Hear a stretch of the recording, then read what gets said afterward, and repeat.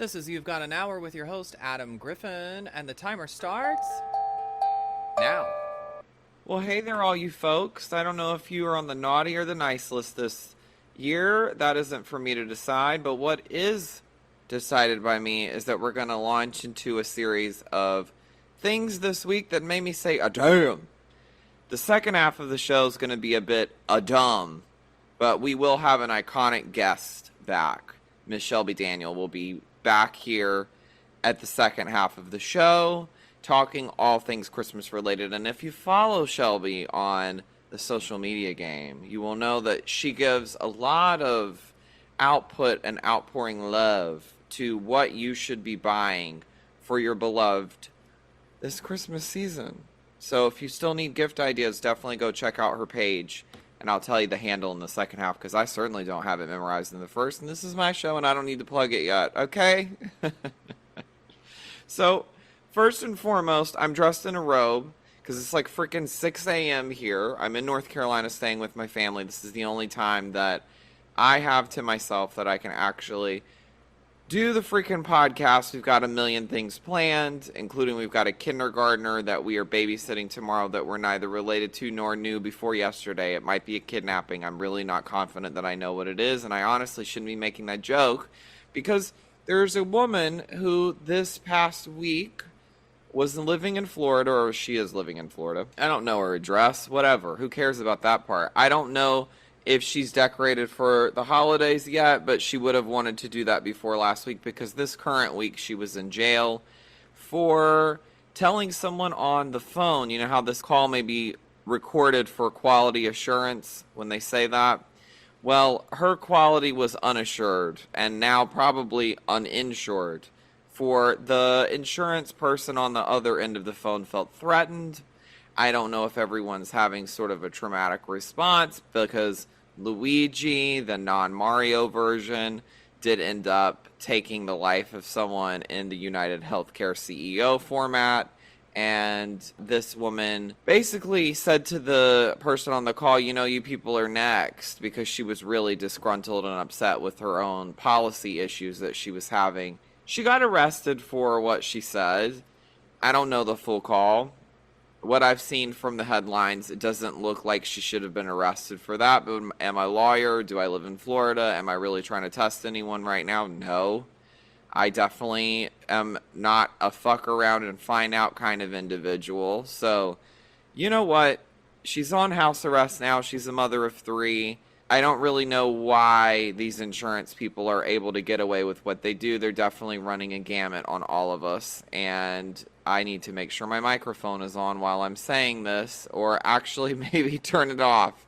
I'm not sure, but it's a little scary to think that people are not really able to have the freedom of speech that they claim that they should be able to have.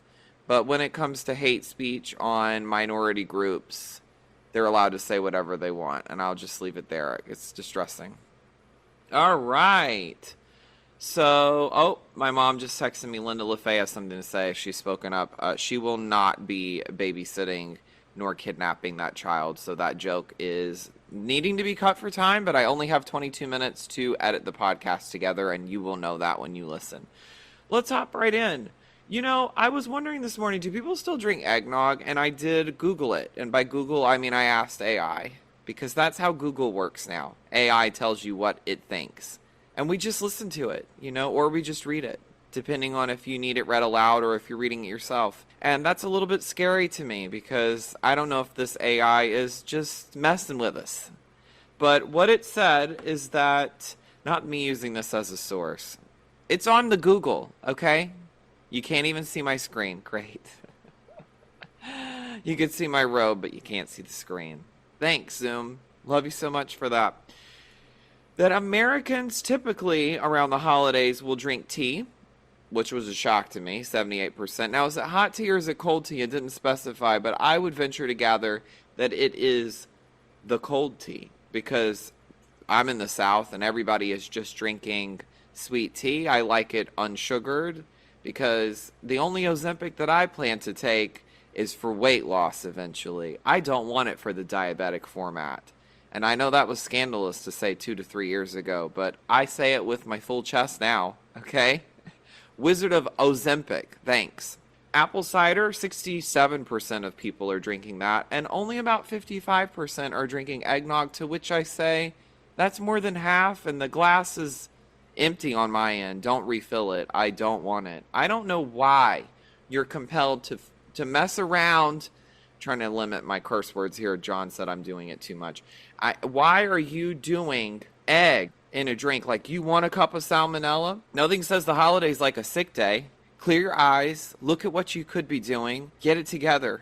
That sounds disgusting.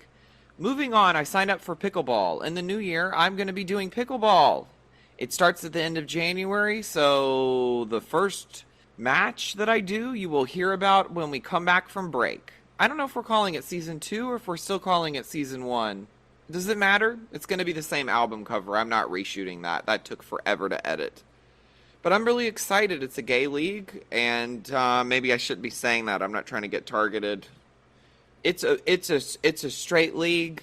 It's for straight people. I will be it'll be for the heteros, and we will be playing ball pickle. The pickles will be on the ball, and that sounds disgusting when you say it like that.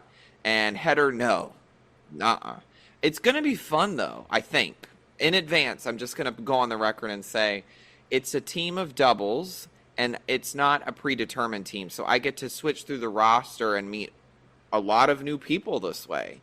I don't know how many people sign up for it. I definitely sign up for beginner. I'm not confident in the arena of the pickleball yet. I played tennis a little bit in middle school, but it's been years and years because I'm not 15. Shocker, I know the skin is giving youth, but the age bracket is double that. So it's been a minute since I've really been on the court like this, okay? Or been in one. I worked for a couple of lawyers, but I haven't been in a court or on one in many years, thankfully. And hopefully the segment where I talked about the healthcare doesn't put me in one, because I'm really, again, not trying to F around and find out. I didn't curse that time, okay? You're welcome, everyone in the house. Mariah Carey, oh, yes, this is exciting news. I don't know if you can carry a tune or not, but this is obviously the season of Mariah Carey, and there's two really exciting performances that are going to come out on Christmas Day.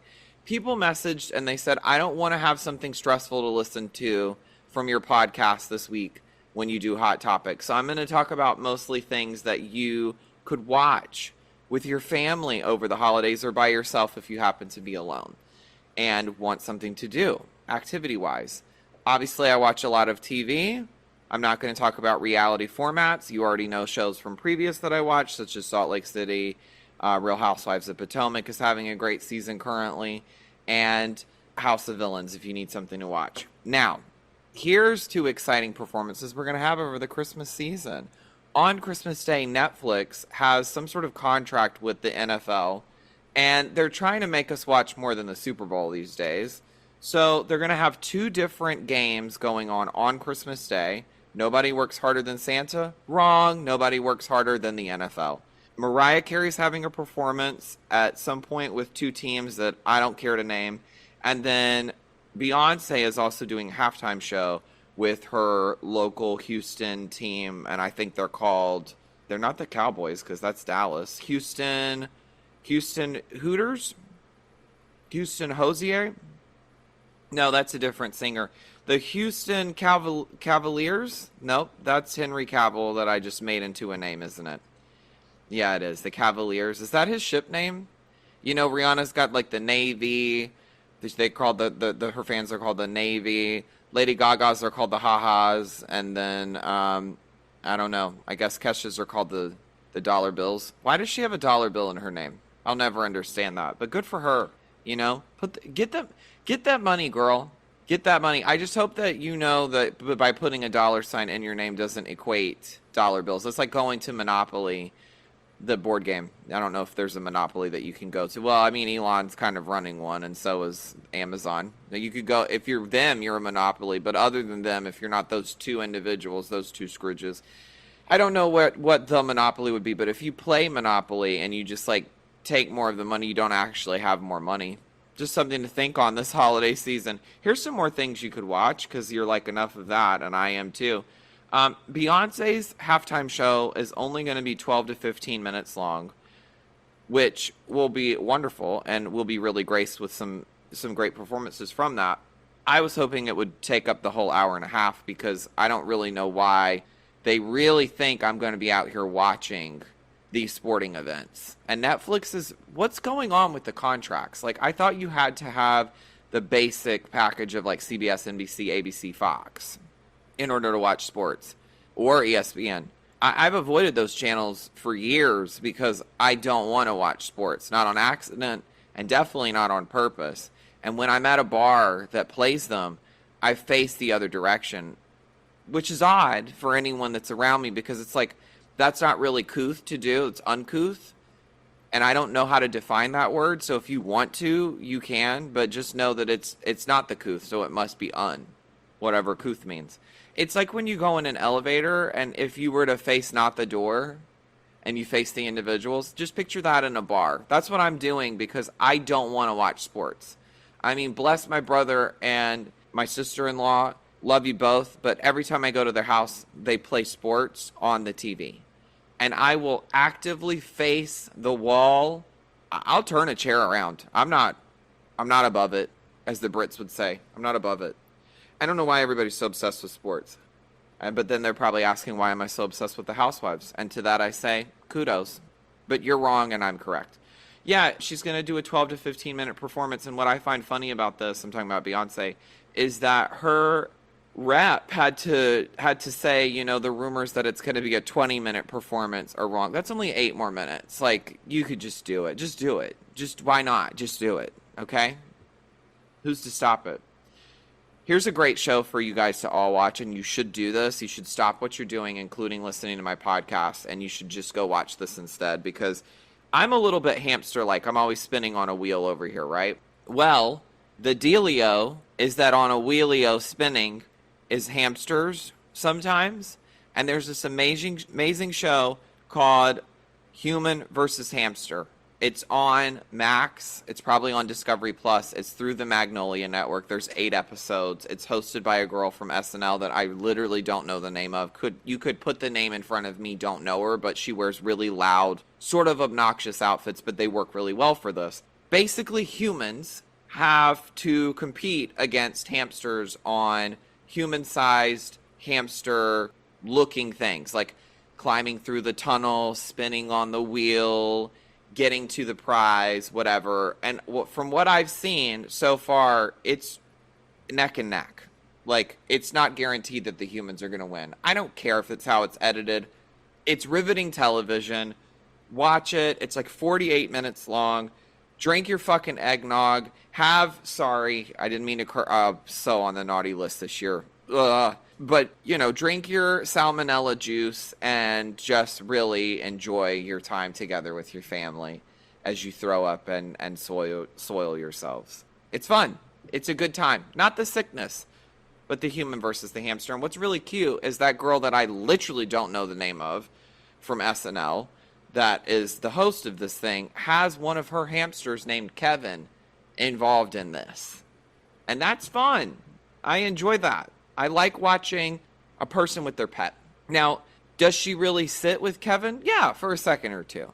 Is Kevin sort of like, you know, maybe working more than he should and there should maybe be labor laws protecting this little animal?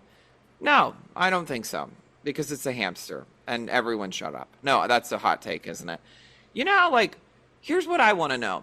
When you go to Central Park and they've still got the horses going around in the park, when is AI going to drive the cab? You know what I mean? Like, where's an AI horse? Can we get that going? Like, does AI need to replace the writing and audiobook jobs? Like, is that what really, does it need to do that? Can we have AI work on the Board of Education and, like, streamlining the process of that, or trying to prevent shooters from going into schools, or even, in a less contentious way, just driving the cab, pulling the cab, not driving the cab. The cab driver still needs a job, in my opinion. But, like, have the person holding onto the reins for the AI horse.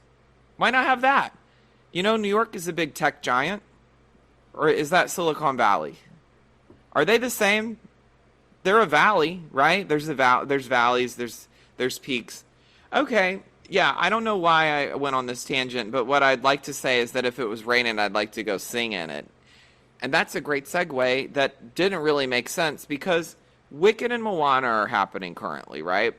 And I really think actually what should have happened is that, you know how we had Barbenheimer, which was Barbie and Oppenheimer at the same time, and everybody was referencing as like this big tour de force weekend. And this year we did like sort of like Gladiator with Wicked at the same time. Well, it's really merged into more of like Wicked Moana time. So I wanna go to the theater and see them both again. How about that? Although Moana 2 was not very good at all. To which I'd like to put in what was actually missing from the movie. This is a clip of me singing when I saw Moana, the first one, in theaters. Yeah, it's a little bit of a vanity moment. Get over it. I just want to show my chops as a musical theater performer. Here we go.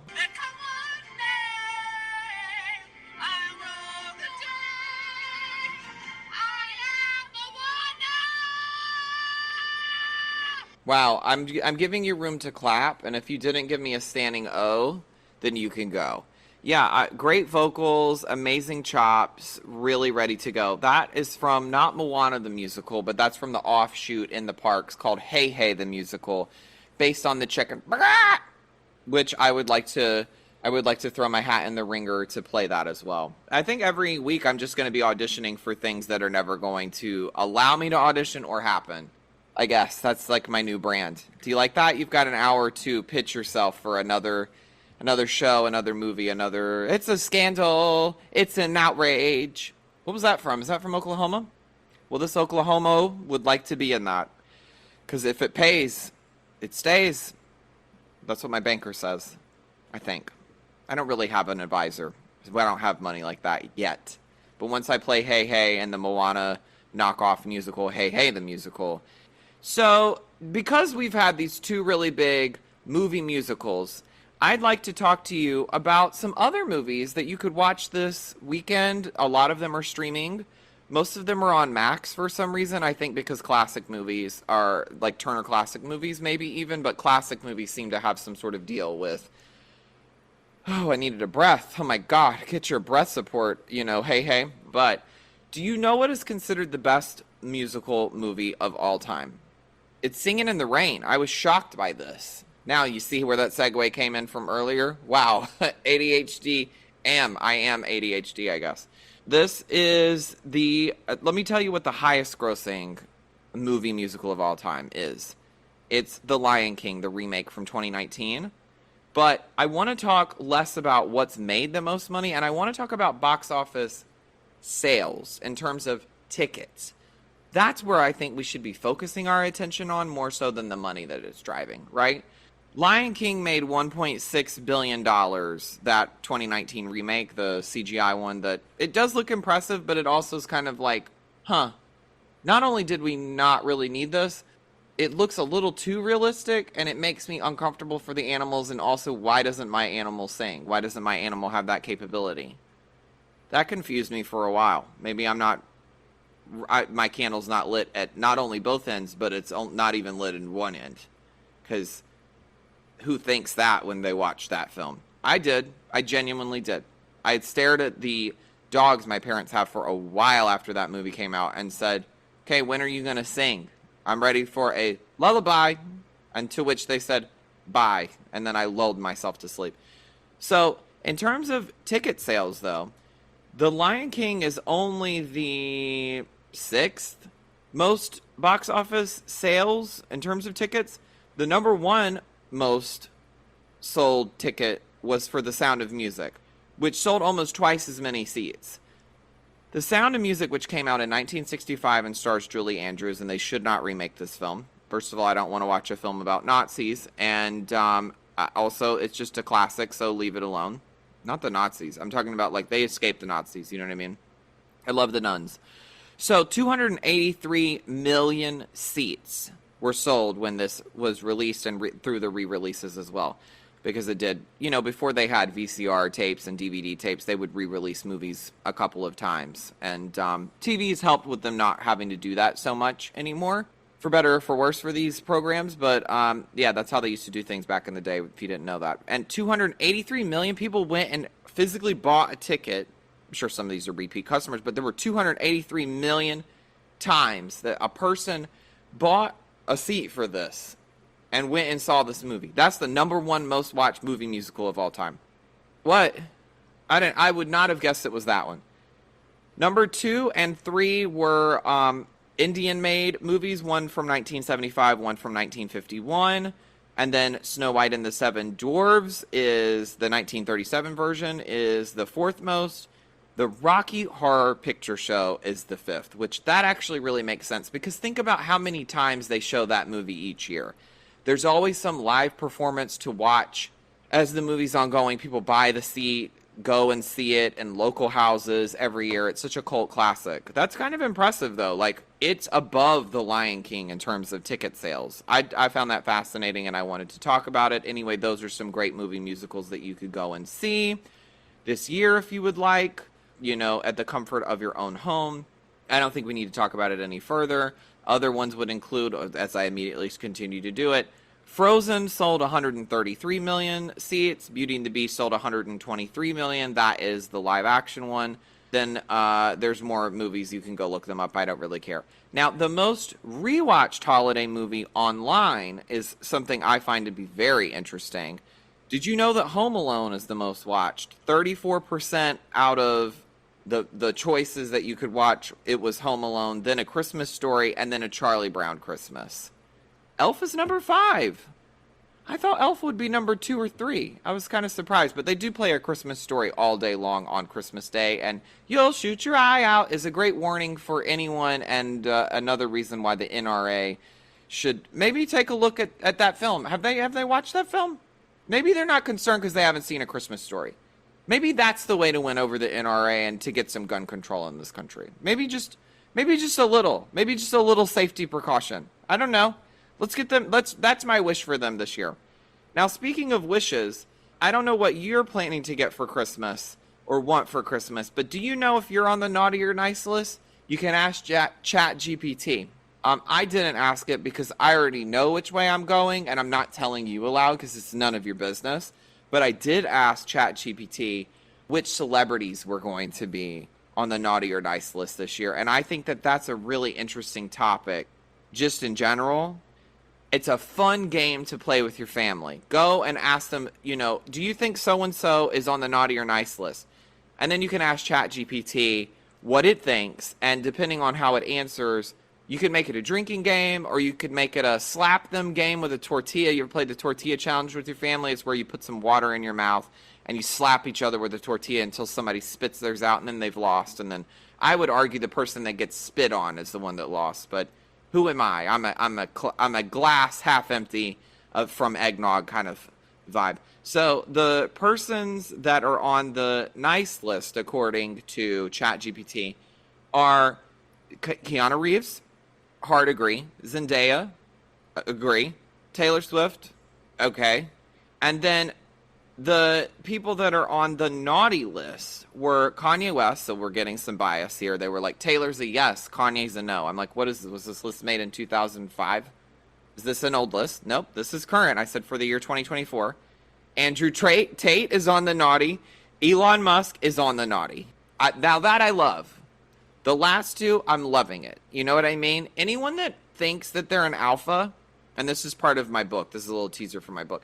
Anyone that, like, touts that they're an alpha, you're probably a beta, first of all. And second of all, you're probably on the naughty list. You know what I mean? Like, your objectives, I don't think they're pure. I don't think you have good intentions. I don't think you really, I don't want you to say what you mean to say. I want you to say less. I want you to be quiet for a while. I want you to listen. And I want you to reflect on this. And I hope you receive coal this year. Yeah, maybe you'll try better in the new year. A lot of people that were villains this year got rewarded for their behavior. And I'm not really understanding that. I don't think that's a good pattern. I think that's a pattern that shouldn't be happening. Like, if you did demonstrative things against black people, and then you're out here front row seats, box office seats, to see a sporting event, and also meeting the president-elect, the racism isn't something that we should be condoning. I'm just going to leave that there. Okay? Because that was a direct reference to a couple of people. That happened a couple of times. All right, let's move on to something lighter. So, we're running towards the end of the time here on my segment.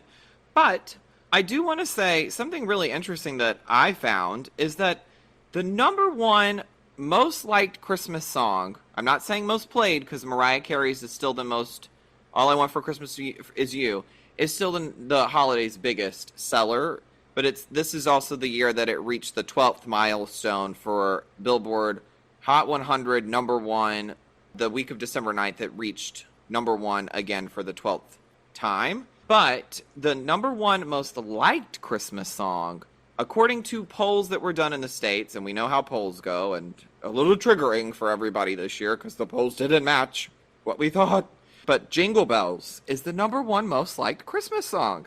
And when I read that, I said, you know what? I agree with that.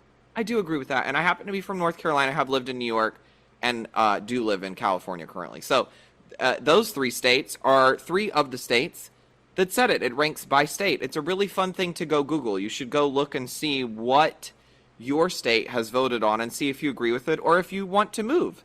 Last Christmas is my favorite song in totality. That song by Wham, Last Christmas, I gave you my heart. It's like a sad song.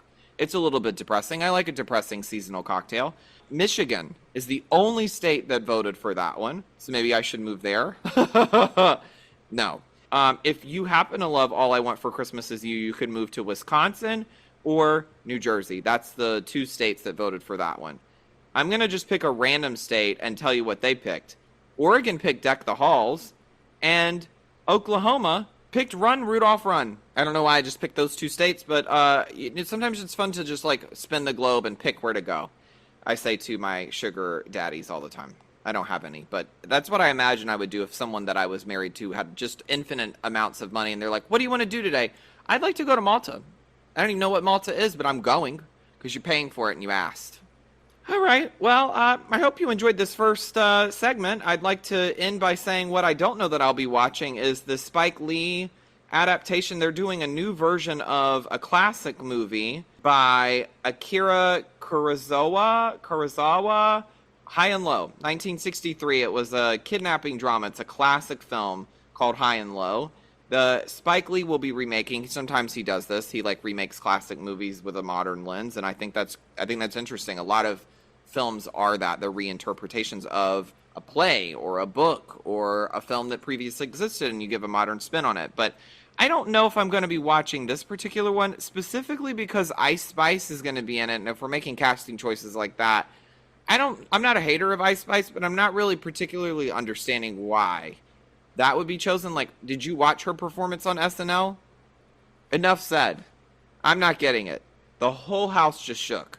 We're not even in an earthquake zone, so Santa didn't like that. Maybe Santa just landed on the roof to tell me, hey, I love Ice Spice. She's going to be great in this film. Now you're on the naughty list. She's on the nice list. That's fine. I'll accept that. I'll accept that hate. Someone that's definitely on the naughty list is not only Elon Musk, but his mother, May Musk. She went on an interview this week and said, you know what? Everybody should have kids even if they can't afford it because you don't have to go to the movies. You don't have to go to dinner. And someone in the comments really pointed out why she would say that. She said, it's giving Marie Antoinette. Ma'am, you're a supervillain whose own children don't like him. And if I was to translate, it would be, you don't have to do anything that brings you joy. Your sole purpose should be to procreate, so me and my family can make more money off the backs of you and those kids once they're adults. Yeah, I think that summarizes that family really well, don't you? I think that's the naughtiest person that we could have had on this list, is the Musk family. Now, as we head into the break, I've teased this about 4 times, I'd like to give a shout out to South Korea, who impeached the President Yoon, after failed marital law attempt and mass protest this week. Now, that's something that we should take note from in the event that, as a democracy anywhere in the globe, wherever you're listening from, we should all look to that as an example of if people are doing bad things, we should try to impeach them. And it's wonderful to think of a society such as South Korea that not only an impeachment would have enforcement in terms of removal, but protests work. Okay. Love to see it. Now, final list of naughty people. For the first time in 2 decades, no woman will lead a house committee. So every white man that is leading a house committee, which it's only white men on this list, and I'm not saying there's something wrong with white men, but the fact that it's only white men and there is no diversity, equity, and inclusion on this list is a huge red flag. You know, to call anyone that's not a white man diversity, equity, and inclusion is a sad statement in and of itself. But every single one of these House Committee individuals, you're on the naughty list. And Santa, do your thing. Thank you so much. All right, during the break, I'm going to try and understand and decipher. Google has announced that its new supercomputer, a chip called Willow, has accessed parallel universes and that the metaverse may be real. I'm going to try to process and understand that, and also try to figure out last minute what I can get my family for Christmas for $0. You know, I met a girl at a party this week that told me that she finds steals at Target. But she didn't mean like she finds good deals. She meant she steals from Target. And I don't know why she said that with her full chest, but there's something that I might be taking from that. Target, that is, for my family. Okay. Yeah, I'm definitely going to be on the naughty list, huh? We'll be right back with Shelby Daniel, and first, here's some words from my parents. Merry Christmas, and thank you for listening to us, and you are family to us. So just remember, Linda LaFay's got something to say, so, you know, stay safe.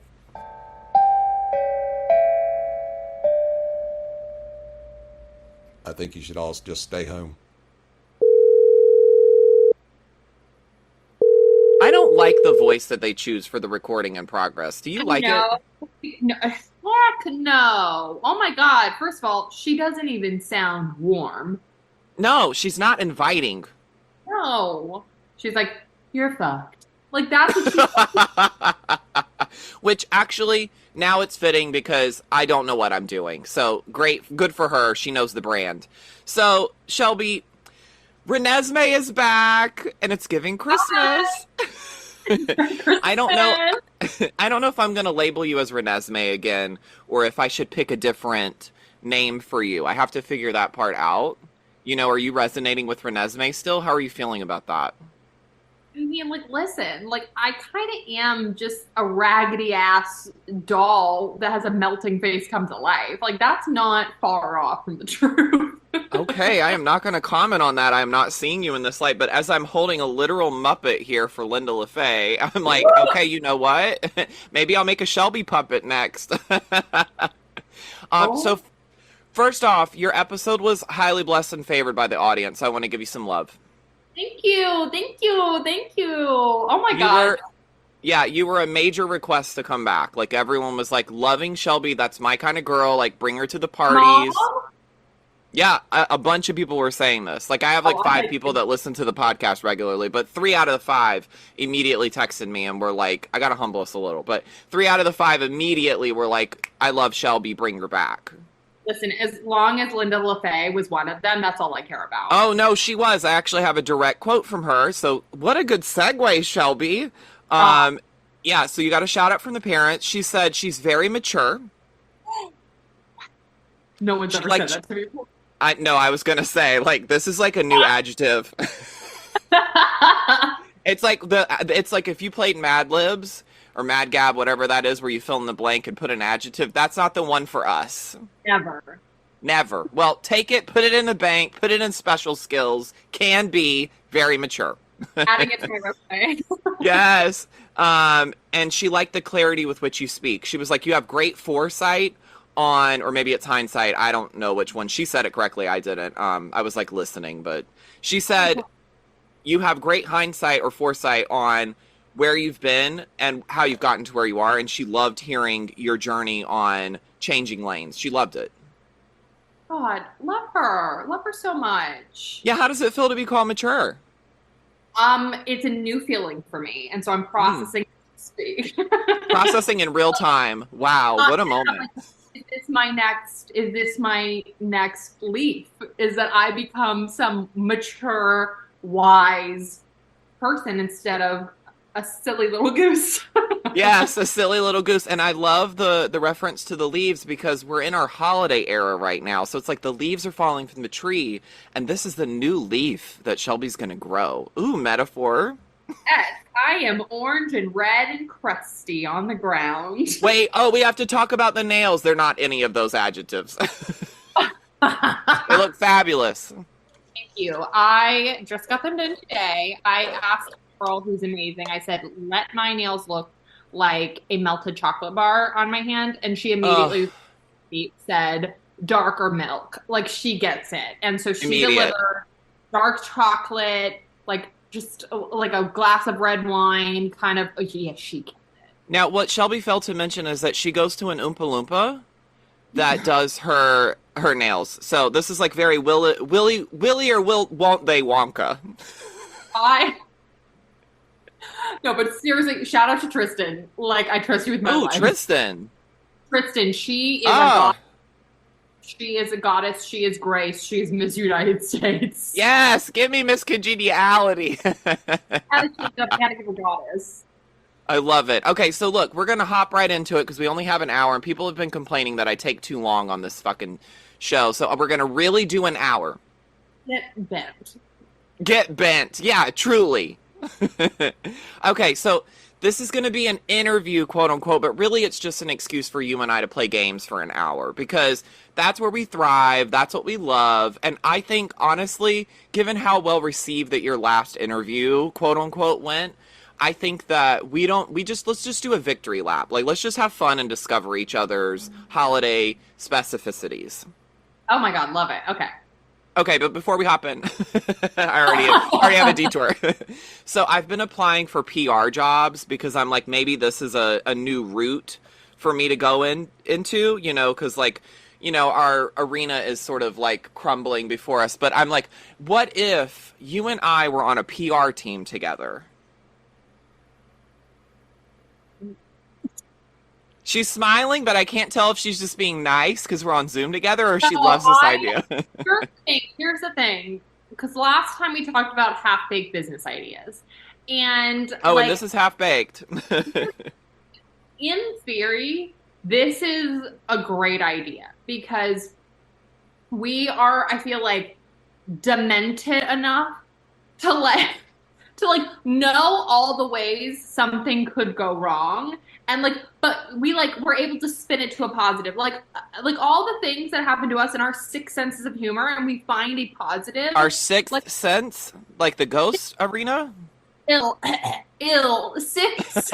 Oh, got it. Okay. I also don't think that's what it is. Isn't it six the number? Wait, no, that's what I said first. No, you were right. Continue.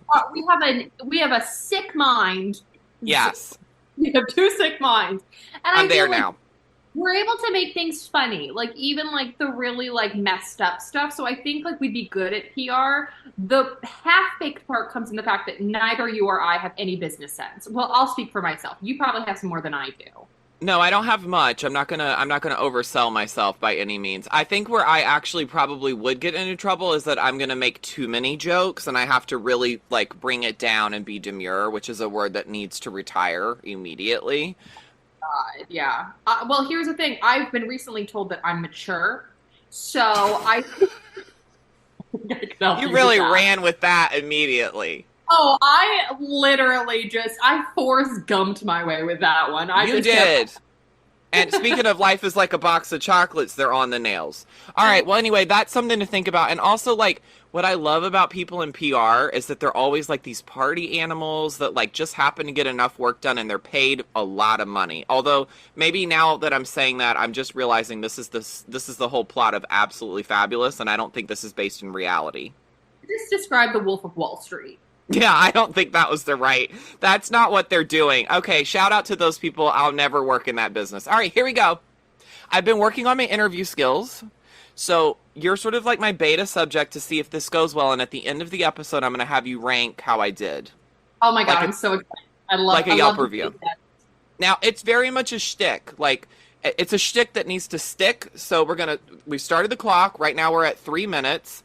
And anything before the 3 minutes doesn't count. So if we go over time, just know that as an audience member. Okay. Being basic at the holidays, a very Caucasian Christmas party, on the season of the Catherine O'Haras. From Home Alone to Beetlejuice and every nightmare in between, because she played Sally in Nightmare Before Christmas, let's travel up Styx Creek to see what these wet bandits think on the holidays.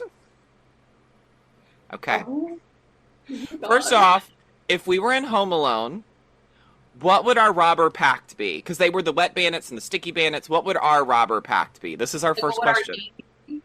Yeah. Like, I feel We got to like start with this. We got to start with the shtick, though. Like, what would our shtick be? Like, are we leaving the water running? Are we leaving fingerprints? Like, what's our stupid little thing that we're mistaking, but we're doing it as an imprint? You know what it would be? It would be like, I feel like it would be like doing like the most like minor of inconveniences, like taking out the batteries from a remote. Oh, or, yes. Like, Yes, I love that. I love that because I don't want it to be like, immediately my little gay brain was like, we're going to leave like pink ribbons on the door. Like, no, Adam, we're not doing that. We're not doing ribbons down my back. This is not Hello Dolly. We're not doing it. it would have to be like the stupidest thing that Yes. like we just risked our freedom to Yeah. go in the house and take out the fucking batteries from a remote. Like, and Yeah. only I would think that that's actually funny. Or Yeah, like, no. like leave the refrigerator door open, or like we take the chip clips off of the bag of chips so they got stale. Oh, I Like, got one. What if we took, you know how people have the DVD case? We're just like switching the DVDs inside the cases. oh my god, that's mayhem. That's like a real power move. I actually did that one time in college with a friend. We were at a party and we did that. She had just broken up with the boy. And she was like, what's a way that I can get even with him? And I was like, I know the Carrie Underwood song just came out, but we're not going to do a Louisville Slugger we're not doing that.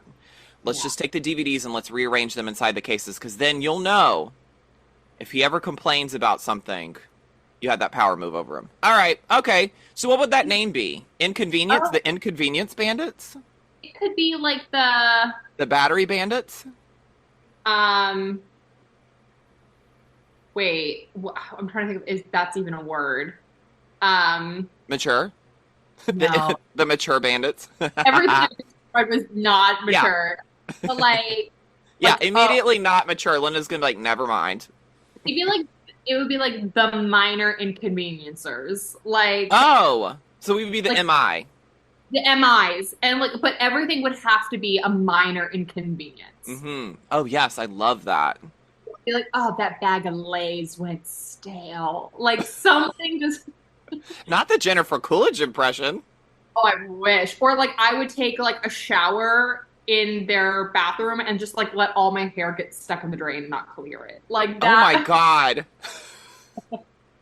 Literally, something my boyfriend is like, please remove your hair from the shower. Yes. Oh, my God. Okay, here. Okay, let's start with this. We already started, Adam. What am I saying? Great interview skills. Okay, what's your favorite holiday? That's a great baseline for the audience. Christmas. I'm a whore for Christmas. She so is, and I'm so Halloween, and we're like right at the bookends of that We season. are Nightmare Before Christmas. We are. Okay, this is a question I had later, but I'm going to bring it up because you just said it. Is Nightmare Before Christmas a Halloween movie or is it a Christmas movie? Like, when are you watching it canonly? That's a great question. I'm glad you asked, Adam. Yes, you're welcome. These are hard-pressing questions. Dun dun. Wait, that's Law and Order. Oh, no, not that. Not that. I don't know if you know this about me, but I am a Nightmare Before Christmas fan. Like, Me too. I have a Jack Skellington onesie. It's like anything like weird and like creepy and Tim Burton I really like. So the appropriate answer for this, I like to say, is after Halloween. Like, don't watch it before Halloween because the Christmas kind of crosses over. So like, let's talk like November 1st. Okay. That- Watch it. You don't want to watch it Oh. like, of Christmas, but like, here's what I like to do. Like, if I'm like decorating for Christmas or if I'm wrapping presents, I'll throw that on because it's just like a holiday season kind of movie. But it's not Christmas, but it's also not Halloween, you know? So it's, Is it it's more of all- a Thanksgiving movie then?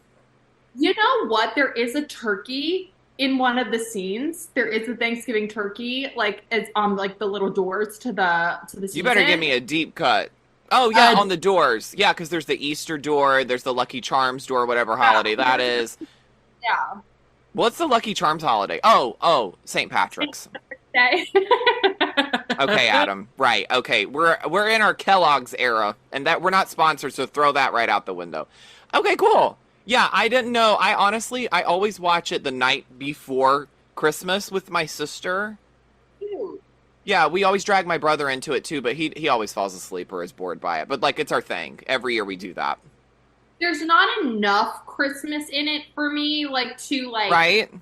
it's Christmas, but like it's also like it's like literally the movie starts on like, okay guys, great, it's Halloween, we did our little dance and it's done. See you next year. So it's not a Halloween movie. No, it's not. Christmas. Yeah, because the majority of it is Christmas. He's like literally out here trying to be Santa. I just love the idea of like, it's sort of like Ozimpa's wet dream. You know? It's like, look at this corpse going around and giving out presents. Honestly, we could have a whole episode just about that movie. There are so many things in that movie that I'm yeah, the nuances are unreal. Tim's brain in that is so good. Or in that movie that like no one ever talks about, but I'm just like, we're just gonna watch this with children? Okay. Yeah, no, it's so not a children's movie, and I love it. My favorite character is the little guy with the axe in his head. That's like, hope he isn't dead. That little guy. Yes. Hope he hasn't died. That guy. That's him. Wow, not me working on that impression before this. Okay, yeah, slay. Yeah, that movie really is like Ozempic's wet dream. I said Ozympia earlier. Like, what was that? That's not even the right term. Okay. Okay, name something that should be a holiday themed food item that isn't. I don't want to hear like collards and black-eyed peas because that is canonly like New Year's Day, but like name something in a holiday that should be a food item that's specific for it. Like, okay, so is it something that you do have on that holiday, or it's something that like you don't have on holiday? You're like, you know what, you should eat it for this. You could give me a deep take. It could be either way, but something that you for sure are like, this should be for this holiday. This is when it should be. I'll give you an example, okay? I think barbecue chips should only be out on 4th of July time. I don't think they should be around the rest of the year. Sorry, Dad. They're his favorite chip, but I don't want to see them. I don't want to see them, and I don't like the dust from it at all. It's more of a dust thing, actually. The pilgrims were not like getting a case of Velveeta and like like not us basing it off of the pilgrims. I already can't with this. Well, I do like to dress like a pilgrim for the holiday. But yes, and I might use that as the advertisement for this whole podcast now. Actually, there's a picture. You've got a pilgrim. Here's the thing: there is an actual. This happened 2 years in a row. Sorry, this is getting into a tangent. No, please do. I like this. Me and like one of my like dearest friends, like we used to work in office. Rude. together. It wasn't me. It wasn't you. I didn't know who you were. No, I didn't exist yet. You didn't. You were still in the womb. I was. Kind of being the same age. But like our first like year working in this office together, I had this idea where I was like, we should come into work. It was like the day before Thanksgiving break. I was like, we should come into work dressed as pilgrims. And like, he was like, oh my God, yes, we're going to do it. Let's go. And so I come into this office fully dressed as a pilgrim. I'm talking hat, like the top, the pants. Like I am dressed as a full-on pilgrim. I walk in, this motherfucker was wearing a plaid shirt. And are you kidding me? I was like, you've got to be kidding me. So I'm sitting there all day dressed as a fucking pilgrim in the office. And he's like, I'm sorry, I forgot. And so then next year rolls around and he's like, we're doing it. And so we do have a picture. I mean, he really did go all out. He had like a little like white puffy collar thing. I was wearing like, it was like a Victoria Beckham dress, so it was like chic, but it had like these big white like collar things and on the wrist. And I also had the hat on again too. And like we walked around dressed as pilgrims the entire day. And the best part was nobody said a word. Like everybody. What?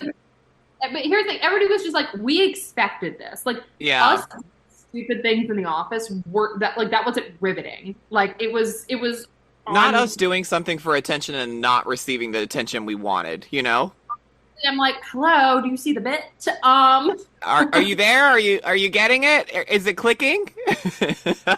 So we did it 2 years. Well, I did 2 years in a row. He and I did it that year together. But there is photographic evidence of us. Oh yeah, in I'm the- definitely gonna need that photo. And also, I would have dressed like a witch. Like we would have done a full-blown production of The Crucible had I been there.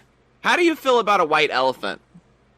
I The hate party, it. not an actual white elephant. Like I don't care how the hate- elephant looks. I have so many issues with the white elephant exchange. Me The first- too. First is I don't like. I've actually gotten actually offended and mad at white elephant gift exchanges because like I don't like that you can steal somebody's gift. No, that's And not so- fair. I once actually somebody stole the gift from me and I threw it across like the seating area. Like I was pissed that they stole the gift. Drama, and it's like a $5 gift. You were like so up in arms about it. No, it was like a pretty good one. It was like a gift card. But like Oh, But like here's like I don't like the stealing thing. I'm like, okay. and I don't like. Here's the thing: if you want to do like a gift exchange of like a certain dollar amount, that's great. Like you give me like a fucking lip gloss, like I'm tip tapping my way out of the room. But like, don't give me something fucking stupid that now I have to make a donation to Goodwill, and I feel like an asshole giving this to Goodwill. Like they're like, Yeah. we don't even, you know. Your will was not good when you dropped this off. Mm-mm. Also, like, I'm a pretty good gift giver. Wow, let me just give myself compliments. I'm actually pretty good at Yeah, you giving gifted yourself a compliment. Exactly. And 5 stars. And I will, like, even if it's a white elephant gift exchange, like, I will make sure it's, like, a good gift, like, somebody would want to get. And then I get stuck with, like, some stupid fucking dirty mitt without the, without the, like... I mean, that is the curse of being a good gift giver, is like you never really have it reciprocated in the same veins. Well, here's the thing. I do, like, I'm a good gift giver, and I like to give gifts for, like, literally anything. Like, a housewarming gift, or, like, a whatever. Like, I like to give... Not me moving closer so I can get gifts. Like, you're like, it's just sending me your address. But, Yeah. like, I like... I'm like, today's National Donut Day. But, like, I will supply lists, like, for Christmas. This is something we did, like, since we were kids. My parents were like, give us Christmas lists. And to me, it makes all the sense in the world. Like, the holidays are already stressful enough. Like, why would you not tell somebody, like, you're choosing to give me a gift, thank you so much. Here is a certified list sent to the notary of things that if you got me anything from this list, options, because I never give, like, a short little list. There's always at least, like, 30 items on this list. Like, anything on this list, I like. You don't have to worry about, like, oh, you're probably going to hate it. Why would you get somebody a gift you think they're probably going to hate? Yeah, that's not a good idea. That's the true white elephant. I operate off of lists. I love a list. I require a list for Christmas especially. Mhm. Like, I'm not going into this blind. I will say one of my favorite gifts I ever received from a white elephant is there was this dog, you know those like headless, well, I don't know why I said, do you know these headless? It was a headless dog, like its head was in the ground. Do you know Headless? Do you know Sir Headless? But his head was in the ground and you'd push a button and then his leg would kick up. It was like a weird animatronic and I was like, what was the need for this from the audience standpoint? Like, who asked for this? That sounds like a dance move I used to do back in the bars in 2015. Shelby was such a fun guest. It was so good to have her back on. And actually, she'll be on a third time next week. It was the same session, but we ran out of time. You know, we've only got an hour. So next week, she's going to be on for just a little bit in the beginning. And then we'll hop into a discussion with a pastor's wife. One of my friends, Megan. She's going to be on next week. So we'll see you then. And now I'm going to do what I talked about last week as a teaser and read another segment from my book. Chapter 4. Oh, we're out of time. I guess you'll have to buy the book when it ever comes out. And if you're an agent, hi, I'm looking to be wrapped across the board for talent, including writing. I've got a full comedy book that I've written. It's 45,000 words, which is about 12 more than I said during this hour-long program. Thank you so much. Everybody have a safe holiday. Have a wonderful holiday. with your family, chosen family, or just by yourself. And if you don't celebrate at all, mazel. That's amazing too. Love to you and yours. And we will see you for the final episode for the year next week with Baby New Year. And also Mrs. Claus. I want to thank Shelby so much for being on the podcast again. You can follow her at Shelby C. Daniel. That is the letter C in the middle there. Shelby C. Daniel on TikTok for all of your shopping aficionado needs. That's time. No matter what I was saying, it's wrapped up and out. I've had an hour. Thanks for listening and watching along with me. Don't forget to like and subscribe to the podcast and share it with your friends. Any questions, comments, or concerns or room for improvement can be directed to You've Got an Hour on TikTok or Instagram, or just to my producer directly, Chris Cappuccino, who I'm firing. Chris! That's time. That was fun. Bye.